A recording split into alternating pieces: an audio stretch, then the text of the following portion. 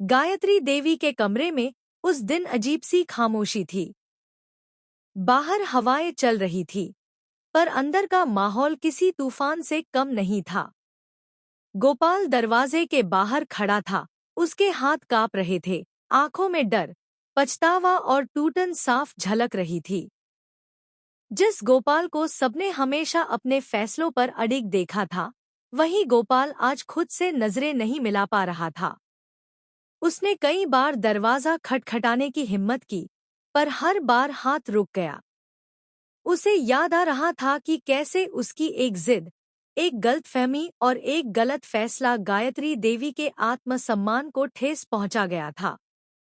आज पहली बार उसे एहसास हुआ कि गलती कितनी बड़ी थी और उसका असर कितना गहरा था। आखिरकार उसने दरवाजा खटखटाया। अंदर से कोई जवाब नहीं आया। गोपाल ने भारी आवाज में कहा, गायत्री देवी, मुझे आपसे बात करनी है। कुछ पल बाद दरवाजा खुला।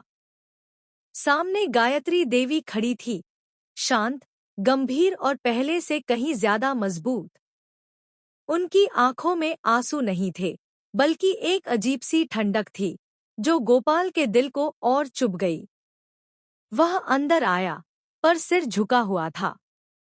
कमरे की दीवारें मानो उसकी गवाही दे रही थी कि यहाँ बहुत कुछ टूटा है। गोपाल ने कांपती आवाज में बोलना शुरू किया। उसने कहा कि उसे अपनी हर बात पर गर्व था, पर आज उसे उस गर्व से नफरत हो रही है।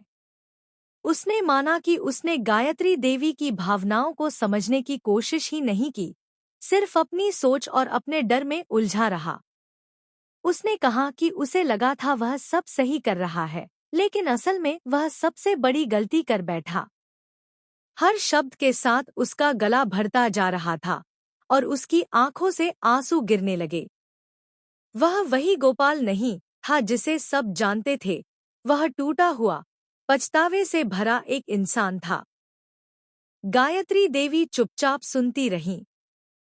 उनके चेहरे पर कोई भाव नहीं था, पर अंदर उनका दिल भी टूट चुका था। गोपाल के शब्दों ने पुराने जख्मों को फिर से हरा कर दिया। वह सोच रही थी कि माफी मांग लेना क्या वाकई इतना आसान है? क्या कुछ शब्द उस दर्द को मिटा सकते हैं जो उन्होंने अकेले सहा? गोपाल ने हाथ जोड़कर उनसे माफी मांगी, कहा कि अगर समय पीछे ले जा सकता तो वह सब कुछ बदल देता। उसने कहा कि उसे उनके सम्मान, उनके विश्वास और उनके प्यार की कद्र अब जाकर समझ आई है।